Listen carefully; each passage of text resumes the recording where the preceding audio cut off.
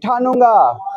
काल के कपाल पर लिखता मिटाता हूँ, गीत नया गाता हूँ, गीत नया गाता हूँ। ये अटल बिहारी वाजपेयी जी का उन्होंने कविता ये किया है।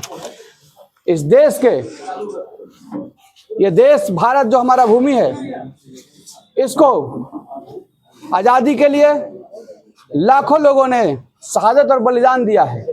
लाखों महिलाओं का मांग का सिंदूर मिट गया, लाखों बच्चे अनाथ हुए, तब जाकर के ये भारत, ये राष्ट्र का जो सपना है पूरा किया गया।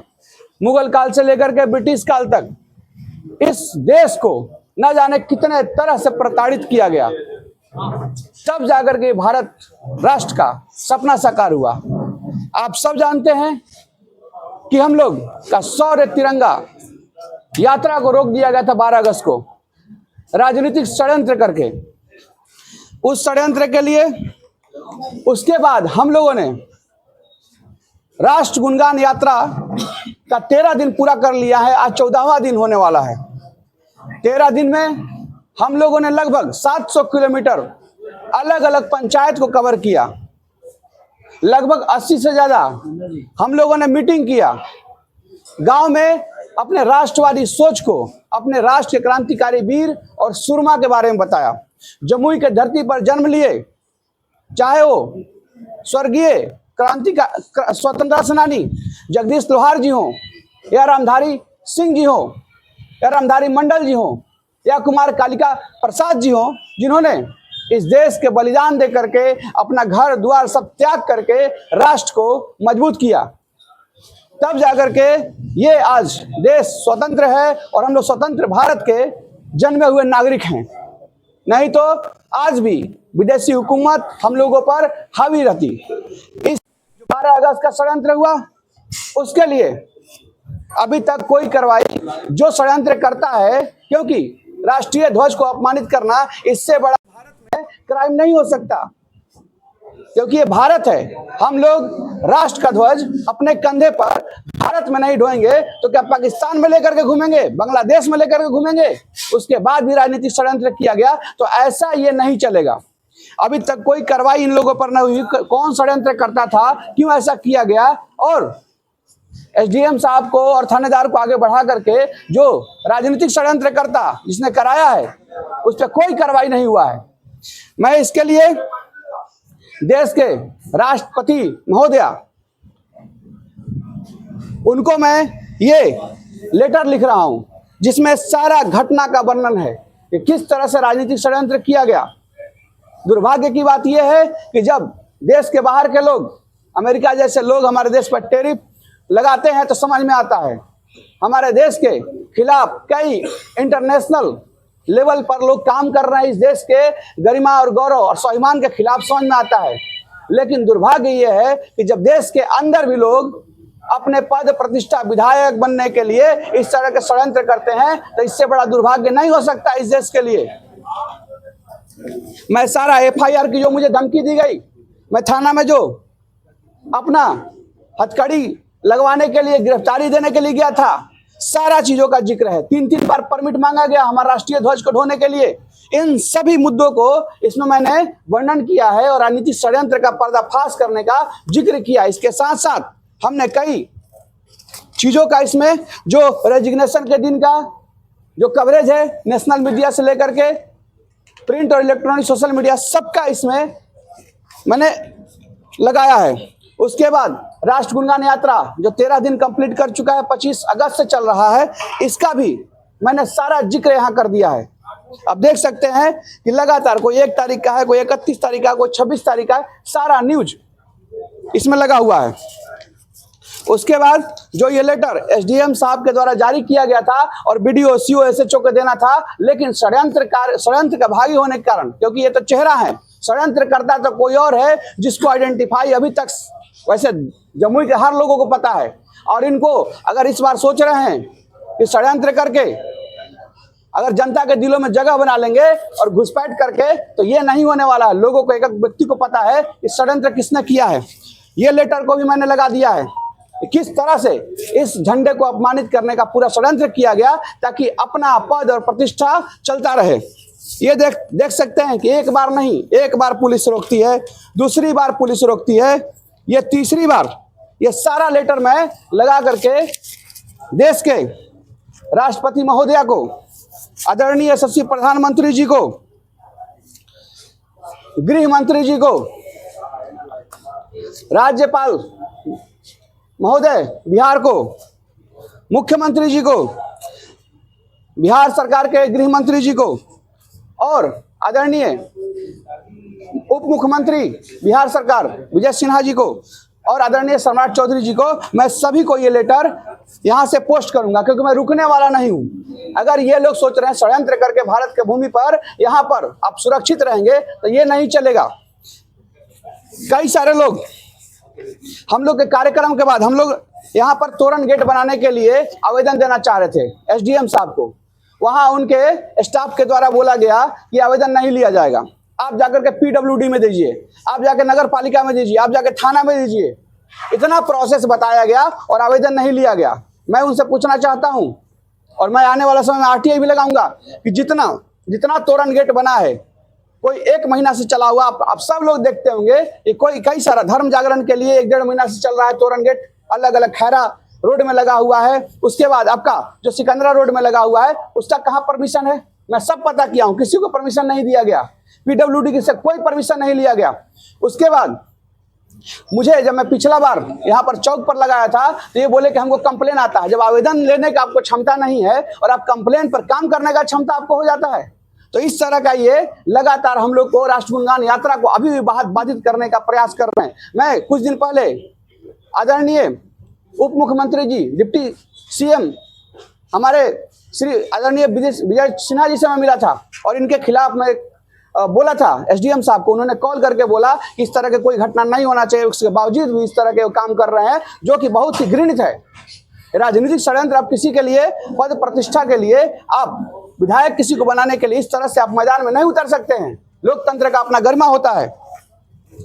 कुछ लोग राष्ट्र गुणगान यात्रा को इतना उनके ऊपर, क्योंकि वो फील्ड में तो कभी गए नहीं है, 4.5 साल लोगों के दिखे नहीं, लोगों का, गरीबों का क्या हाल है, महिलाओं का क्या हाल है, बच्चा का स्कूल में पढ़ाई हो रही है नहीं है, रोड बना है टूट गया, बिगड़ गया, क्या हुआ? अरे इतना खोजने पर देवी देवता भी मंदिर में मिल जाएंगे, लेकिन ऐसे जनप्रतिनिधि कभी दिखे नहीं। लेकिन जब हमारे राष्ट्र गुणगान यात्रा में हर संगठन के, हर लोगों के लिए ये यात्रा हम लोगों ने स्वागत किया है कि आप आइए और इस यात्रा को मजबूत कीजिए। जब ऐसे लोग आते हैं, उनके पार्टी के गठबंधन के लोग आते हैं, तो अपने गठबंधन साथी को फोन करते हैं कि आप अपने लोगों को रोकिए, अपने अध्यक्ष को फोन करके रुकवाते हैं, जिला पंचायत स्तर के लोगों को प्रदेश से फोन कराते हैं जब जिला स्तर के कोई लोग जुड़ना चाहता है। इस तरह के निम्न घटना आप सब लोगों से मैं पूछता हूं, आप लोगों ने बहुत कवर किया है, क्या मैंने कभी राष्ट्र गुणगान यात्रा के तहत कभी वोट मांगा है किसी से? कभी ये कहा है कि राजनीतिक रूप से मुझे मदद कीजिए? मैं वहां पर स्वतंत्रता सेनानी का गुणगान कर रहा हूं। आज हमारे देश के युवा हैं, वो नहीं जानते हैं कि आदरणीय स्वर्गीय स्वतंत्रता सेनानी जगदीश लोहार जी का क्या कंट्रीब्यूशन है, रामधारी सिंह जी का क्या कंट्रीब्यूशन है, रामधारी मंडल जी का क्या कंट्रीब्यूशन, नहीं पता है उनको। अगर पता नहीं रहेगा, आज के युवा डेटा से फीडेड है, माथा उसके माइंड में बहुत सारा डेटा मोबाइल के माध्यम से आ रहा है, लेकिन उसको नहीं पता है। तो पता होना चाहिए, इसलिए हम लोग राष्ट्र गुणगान यात्रा निकाले हैं, इस देश के गौरव को बढ़ाने के लिए, यहाँ के लोगों को मानसिक और राष्ट्रवादी विचार बढ़ाने के लिए, तभी देश ताकतवर होगा। तो इस स्थिति में फोन करा करके रोकना ये बहुत ही निम्न तरह का काम है। मुझे लगता है कि जब ऐसे लोग राजनीति के विरासत करेंगे, राजनीति में रहेंगे, तो ये लोग, इतना डरे हुए लोगों को राजनीति नहीं करना चाहिए, क्योंकि आपको क्षेत्र में काम नहीं करेंगे तो डरे रहेंगे। हम लोग अगर राष्ट्र गुणगान यात्रा में ये कह रहे हैं वंश और विरासत नहीं चलेगा, वंश और विरासत का कोई तालमेल नहीं होना चाहिए, तो क्या गलत है? अरे संघर्ष और सियासत की चाहत होनी चाहिए। जो संघर्ष करेगा वही तो समझ पाएगा गरीबों को क्या समस्या है, गांव में क्या समस्या है, कृषि में क्या समस्या है, महिलाओं का क्या समस्या है, बुजुर्गों का क्या समस्या है, जो दूर जंगल में क्या समस्या हो रहा है, कौन समझेगा? जो संघर्ष करेगा, लोगों के बीच में रहेगा। आप ऊपर से आते हैं और बैठ जाते हैं, तो ऐसे लोग क्या समझेंगे कि इस सियासत कैसे होता है? तो इन सब लोगों को हम लोग, ऐसे लोगों को पर्दाफाश हम लोग कर रहे हैं जो राष्ट्रवाद के, राष्ट्र के खिलाफ, ये सब एक श्राप है। मैं आपको बता दूं, ये एसडीएम साहब जो पीडब्ल्यूडी और आपका एमईओ के पास कह रहे हैं, हम लोग एमईओ को लेटर दिए थे पहले, उन्होंने रिजेक्ट कर दिया कि नहीं हमारे पास अभी हम आपका लेटर नहीं ले सकते, उन्होंने भी रिजेक्ट किया है। तो उन पे कार्रवाई इनको करना चाहिए था, उन पे पूछना चाहिए था, लेकिन ये हम लोगों के खिलाफ काम कर रहे हैं। हम लोग स्वदेशी, आप देख सकते हैं कि हम लोग इतना बड़ा, आज दैनिक भास्कर, इसी तरह से प्रभात खबर और दैनिक जागरण में भी छपा है, जिसमें लिखा हुआ है स्वदेशी अपनाओ देश बचाओ। हम लोग कौन सा देश विरोधी काम कर रहे हैं? इसमें हम लोग गांव-गांव जाकर के लोगों से बात कर रहे हैं कि जो कैलिफोर्निया का बादाम है उसको आप रिजेक्ट कीजिए, क्योंकि ट्रंप कभी सोते हैं तो 25% और जगते हैं तो 50% का टैरिफ लगाते हैं। क्या हमारा अंतर्राष्ट्रीय संबंध ट्रंप के अनुसार चलेगा? रसिया हमारा ऑल वेदर फ्रेंड है, पहले भी था, है और रहेगा। तो इनके कहने पर हम लोग नहीं ना चलेंगे। ये आप पेप्सी कोला बेचते हैं, कोको कोला बेचते हैं, जिसमें 70% से ज्यादा जरूरत के हिसाब से एक बॉडी का ज्यादा, उसमें मात्र 200 ग्राम पीने पर उसमें शुगर कंटेंट है। आज अपना देश ओबेसिटी से लड़ रहा है, एक बहुत बड़ा संख्या ओबेसिटी के शिकार हो रहा है। इसमें 70% जो पैसा है सीधे अमेरिका को जाता है। अरे आप पैसा हमारे देश से लेकर के, इतना बड़ा कंज्यूमर 140 करोड़ का जनसंख्या है, और हम ही पर आप दिखाएंगे और हम उसके खिलाफ नहीं करें? तो गांव गांव हम लोग यहाँ पर स्वदेशी की बात कर रहे हैं कि हम लोग मट्ठा पिए, क्यों कोको कोला पीते हैं, हम लोग लस्सी पिए, हम लोग नींबू पानी पिए, जलजीरा पिए, अगर पीना है तो कैंपा कोला पिएंगे जो भारत निर्मित है। अरे ये सब ऐसे देश हैं। ट्रंप ऐसा 2016 में एक स्टेटमेंट दिया था, मुसोलिनी का स्टेटमेंट। मुसोलिनी एक जानते हैं फासिस्ट आदमी है, जो फांसीवाद को प्रमोट करते हैं, उनका स्टेटमेंट देने वाला व्यक्ति ट्रंप, वो अमेरिका आप जानते हैं एक कैपिटलिस्ट कंट्री है। जिस तरह से आर्थिक क्षति होगा, आज का आप न्यूज़पेपर देखे होंगे तो ट्रंप का भाषा बदल गया है। तो ये भारत की ताकत है।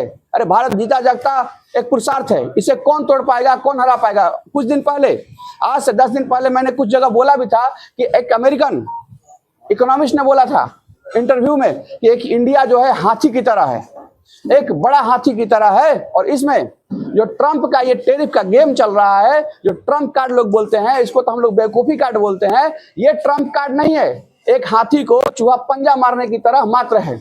आज हम अंतर्राष्ट्रीय संबंध के लिए किसके साथ उठना है, किसके साथ बैठना है, किसके साथ क्या डील करना है, भारत स्वतंत्र है और करेगा, हर देश को सम्मान करता है, लेकिन इसका मतलब ये नहीं कि ट्रंप के दबाव में काम करेगा। 1971 की लड़ाई हुआ, 1999 की लड़ाई हुआ, हमारा रसिया हम लोगों के साथ खड़ा था, तब ये ट्रंप जो न्यूक्लियर हम लोग डेवलपमेंट कर रहे थे उसके खिलाफ थे।